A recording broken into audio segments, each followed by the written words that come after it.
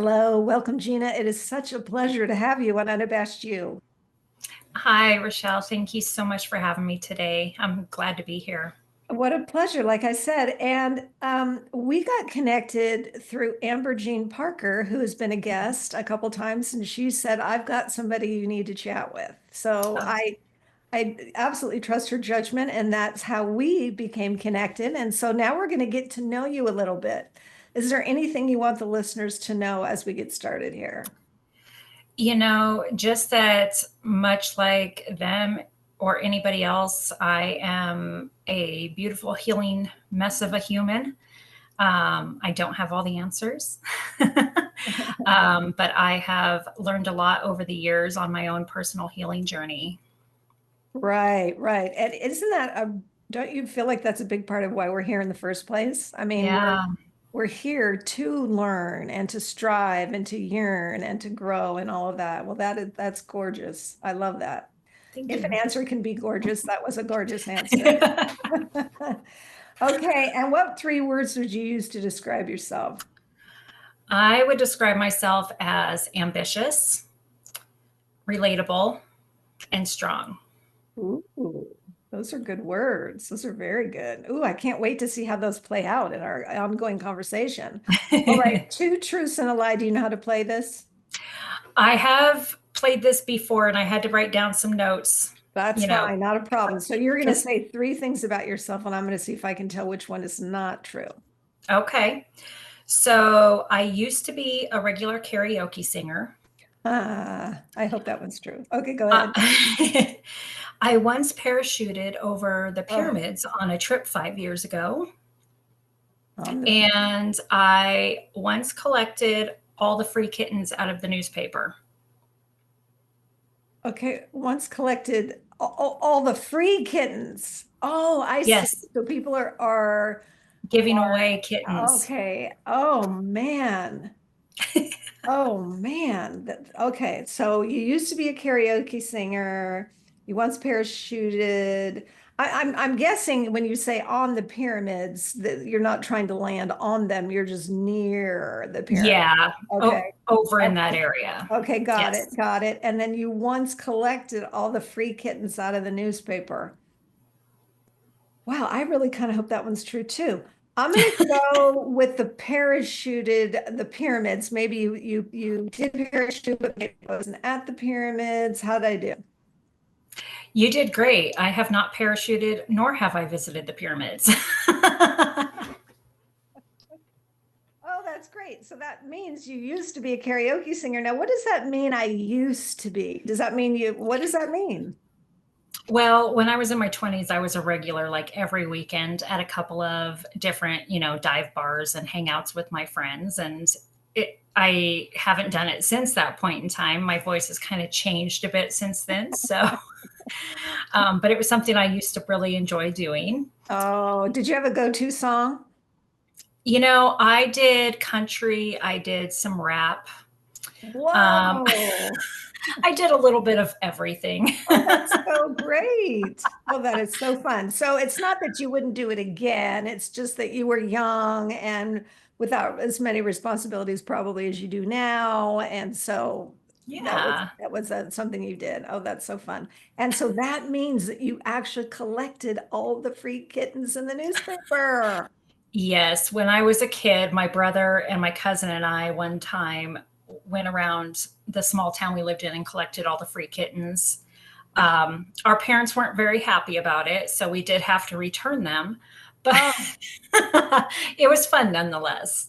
oh my goodness, you thought you were doing this really great thing, which is such a wonderful, intention behind it, trying to liberate them. And so you had to take them all back. Yeah, Oh my gosh. Oh, I understand your parents' reaction. yeah, there was quite a few. Oh my gosh. That is so funny. All right, share with us one of the movies that you just really treasure. I have always really liked Dead Poets Society. I don't know Mm. if you've ever seen that with Oh, Robin yes. Williams. Yes. Amazing movie. Um, And, you know, when I first saw it, I related to it on so many different levels, but I just love how inspiring he is for his students and just Mhm. watching the group of them bond and, um, oh, what do you call it? Just watching their growth throughout the process of the movie. It's just such a, it's a little known movie, I feel like, but it's so good. Yeah, I agree with what you're saying. All the different, the growth and how inspirational it is, and how determined he was as a professor to really reach his students. And Yeah, that's not necessarily a given at all. And he yeah, made learning fun. He made he learning did. fun, which was Yeah, that to me, that's the best part. If you can make learning fun, then people, your kids or how whatever age they are, they're going to be more engaged and more interested if it can be fun. absolutely. Oh, okay. So we saw that one not too long ago, and yes, it's a classic. It's like I would consider it like a modern classic. Yeah. All right, what about a person that inspires you? You know, this was a hard one for me because there really are a lot of different people that inspire me for different reasons. So, what it boiled down to for me was I really am inspired by people who have either had to or needed to take the weight of the world upon their shoulders, but have still been able to balance that with their own self care. Because I feel like that is such a hard thing to do. Because when we are, you know, helping all different other situations or people or whatever it may be, we tend to put ourselves on the back burner and just kind of neglect ourselves. So I know I've been there. Absolutely. We definitely put ourselves on the back burner, and we hear a lot more about self-care, and I think that that's good to be hearing more about it. And it's great to hear about it, but you have to actually do it. And then there's this balance of wanting to make sure you're, really taking care of yourself, but not, completely shutting out others, because Hmm. that's a really equally important part of the whole thing we got going on here. Yeah, it's quite the song and dance. Yes, it is. It is. And I think it continues to look different on different days and different seasons and different relationships. It's not Mhm. formulaic at all. All Agreed. right. How about a piece of wisdom you keep handy? Yeah, this one I think it's kind of a fun one. So I came across this saying years ago, and it has lived in my car on a little, you know, like business card size piece of paper for many years. And it's fear has two meanings. You can either fear everything and run, or you can face everything and rise.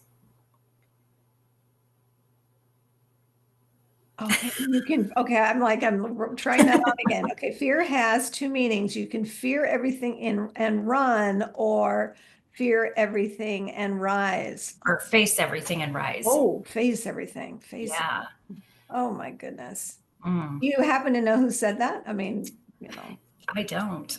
that's fine. That's fine. That's okay. That's not, you weren't required to know who wrote it. But I But was just interested in case you did know who wrote it. Fear has two meanings. You can fear everything and run, or face everything and rise. Oh my gosh, that just kind of gets me in the back of the throat, and my eyes are mm, starting to feel glassy and watery. oh, Oh my yeah. goodness, that's so beautiful. Really Yeah, beautiful. it's resonated me every day, you know, since I stumbled upon it. And I like the fact that you put it somewhere where you could see it on an ongoing Mm, basis, because even though we're adults, yeah. we still need reminders. And Mm. sometimes having something written down, or at different times I have done the same, like written something down, put it somewhere where I can just see it on a very regular basis, because we need reminders. We Yeah, absolutely need reminders. absolutely. All right, now it's time for a deep dive. As you know, Gina, we're doing a series on Let's Talk About Mental Health. We're Yeah. helping to remove the stigma by having more conversations around this. So we want to do our part and do the same. So, can you describe a time of that you struggled with your mental health, either that or someone so close to you struggled with theirs? Absolutely. My struggle personally started all the way back when I was 8 years old. And I battled with suicidality from the age of 9 to 28. So many years. Oh And my goodness, that is so heartbreaking. I just have to take a moment. Oh my gosh. Okay. Oh my yeah, I know that age you don't quite hear every single day. no. Um, and, unfortunately, I feel like it's probably more common than people realize. Oh my goodness. Um, and, I started off being depressed, at age 8. My parents split kind of unexpectedly to me. And so I didn't really understand the emotions and stuff that I was navigating at that point because you're so young. Right. And then when I was 9, I started dealing with sexual abuse. And with that, I was seeking ways to like get it to end, get it to stop. Um, I wasn't in a position where I could share what was going on because there was a lot of verbal threats being made about what would happen if I did say anything. And so trying to figure out in my small, very innocent brain, you know, Goodness. how to deal with something so large and complicated. Um, Well, I, I don't even know how the indicate inclination came to me, that that's what I needed to do. All I can think at this stage of my life, because I am so invested and deep into my faith and things like that, is that that was not a higher power, but that was a deep darkness that was setting in and influencing me and my decision making. you're saying the darkness that was going on around you was influencing you? Is that what you're saying? Yeah, like, like when I think of God, I think of light. When I think of the devil, I think of darkness. Yeah. And I really was so entrenched, even at that young age, in being depressed, um, that I was just kind of in this haze, I feel like. Well, at that age, how could you possibly have had the skills or the Mm, knowledge to be able to deal? You were just trying to live through the day. I mean, mm, horrible things happen, and although it sounds like your life wasn't necessarily in danger, the quality of your life was so poor as you were being, abused, and as if your parent splitting wasn't enough, then we've got this huge assault on this tiny little body, and we're not made to be able to cope and deal with something like that. yeah, agreed. Well, okay, so you somehow made it through these years, and what changed for you? Because you went 9 to 28. What changed for you at 28? I was sitting in the middle of my living room in my apartment, and I was so low and had made a plan to take my life. And I had had attempts over the years. Um, this particular plan would have been far more successful, I'll put it that way, Okay. than others. And I sat there, and in that moment, I made a deal with God. And Mm. I told him that I was going to reach out to a friend of mine on the phone. And if she answered, I would not go through with it. Oh, But if she didn't, I would. oh, And she did answer because I'm here oh. today. And so, I know that in that moment, God nudged her and said, whatever you're doing, you need to stop and you need to answer this phone call. Oh my gosh. Did she learn later that this kind of Hmm. quote unquote deal? Oh my gosh. Yeah. Oh, I really, God. it's really hard to find the words and really express and articulate how devastating our lives can be. Okay, I had to snap into the microphone, make sure things are happening. What I was saying is that God continues to be good and he continues to work in these really horrific, horrendous, awful situations. And I'm so grateful that even though, you made that deal, so to speak, that the prompt for your friend to have answered, and that is so, so beautiful. Absolutely incredible. Oh wow. Yeah. I'm not sure what part of the conversation we cut out at, but I'm still coming in. Okay. Wow, wow, wow.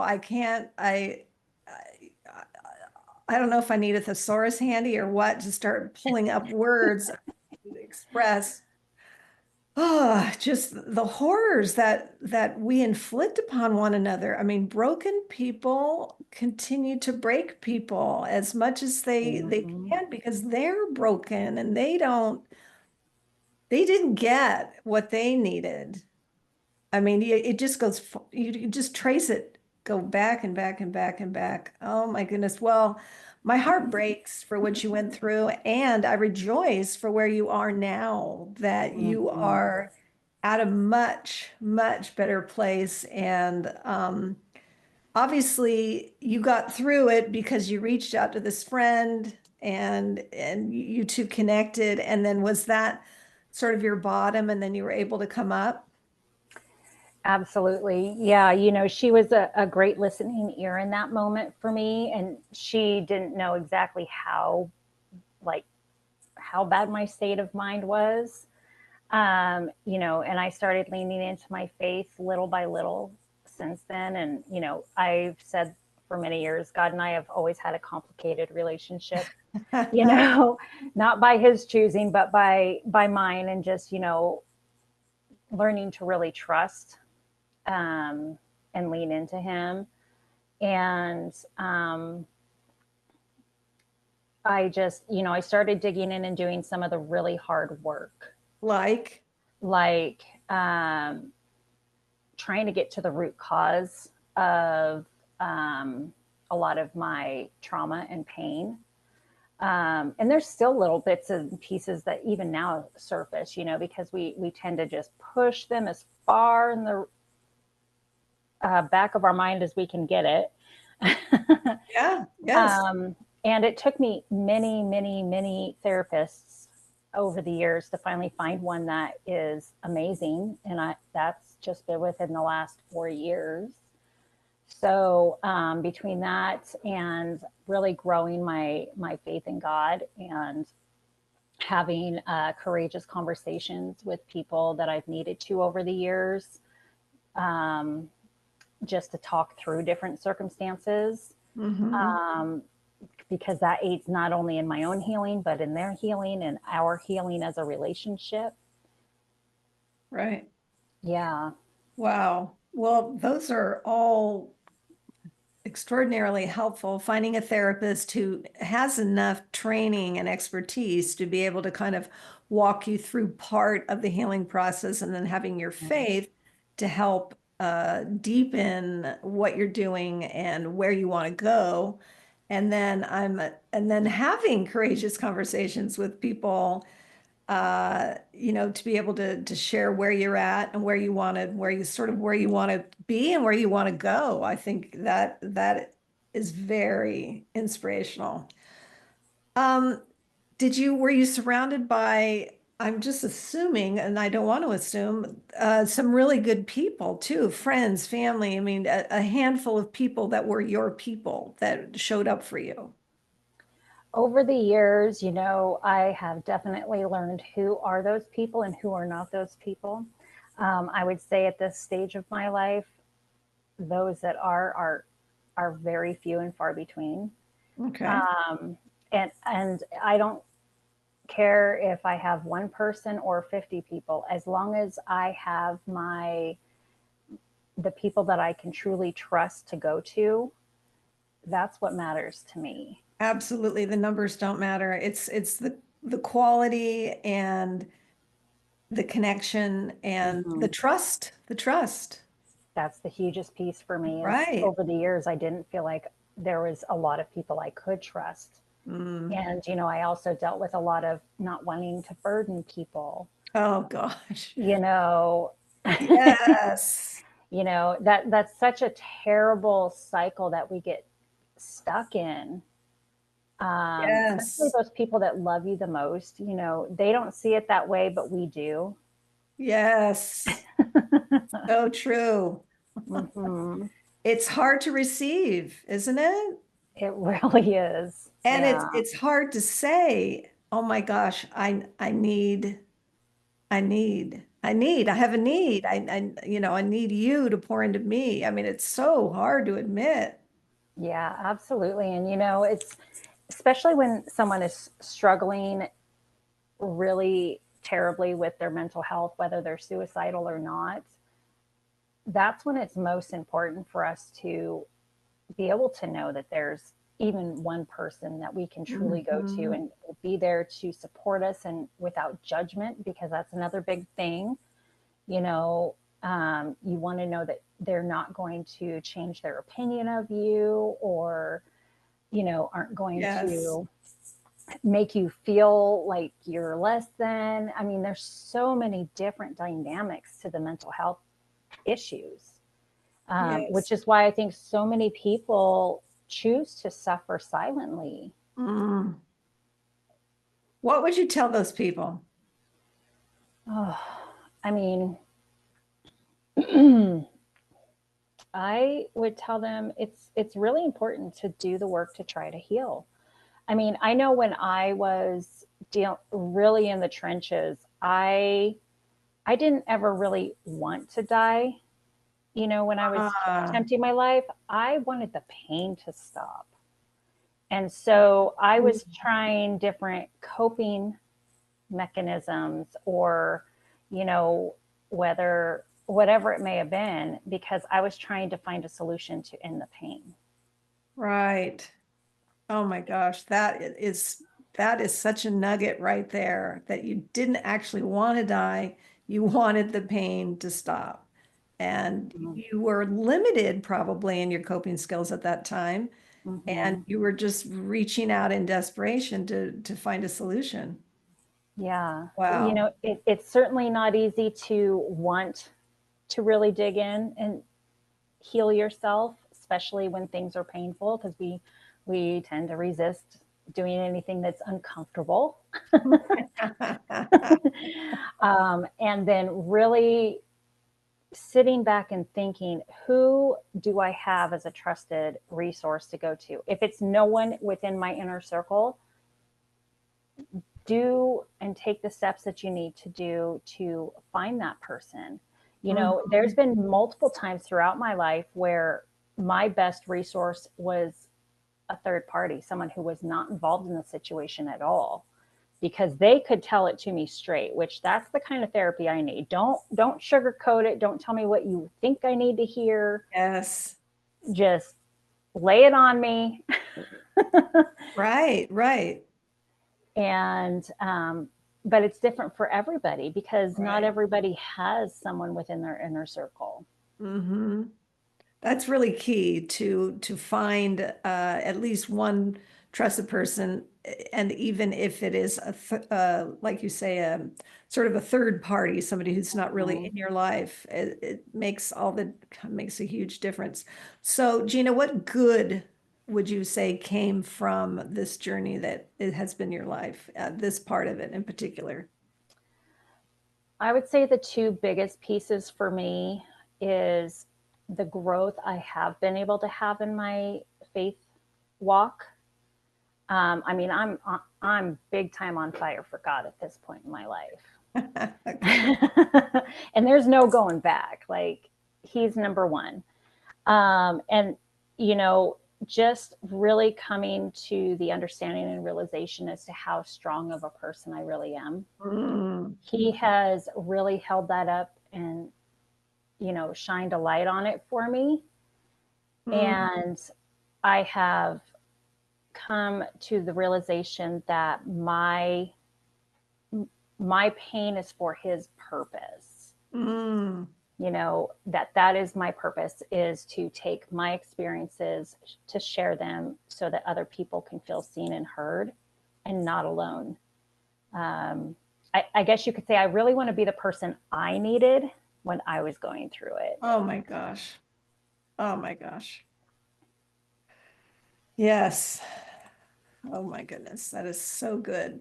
And do you have a platform and a way to do that now?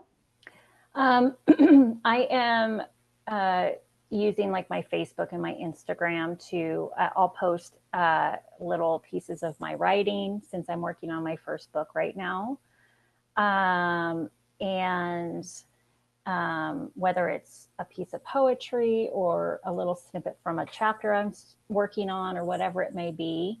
Um, and my first book is actually on my journey with binge eating disorder, which is where which Wow. which is it that started after my parents split, and then it just had progressed over the years through different traumas I'd experienced. Oh my goodness. Well, that's a whole And other facet of this.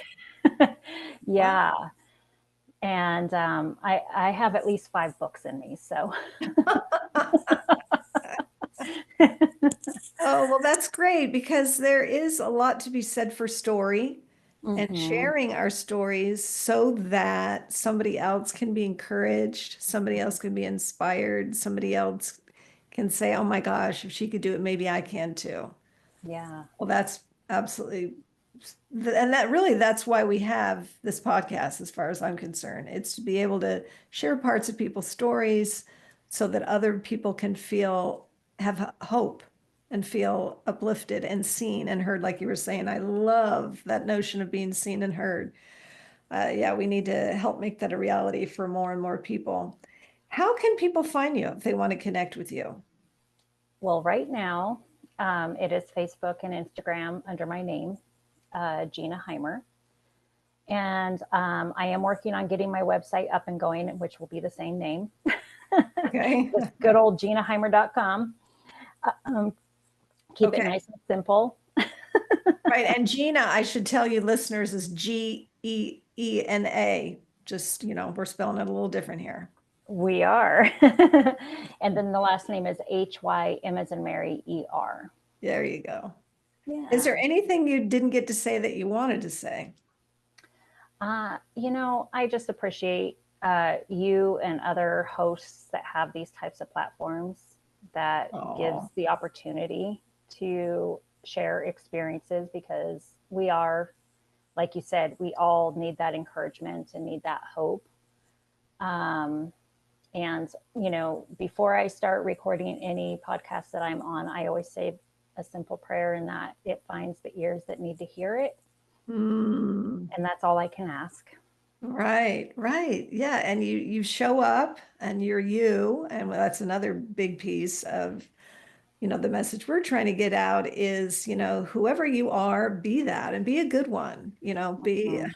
you know, yeah. Well, Gina, what a pleasure this has been. And I thank Amber again for a Mhm. wonderful recommendation of having this time to connect with you. Thank you so much for being a guest. You're welcome.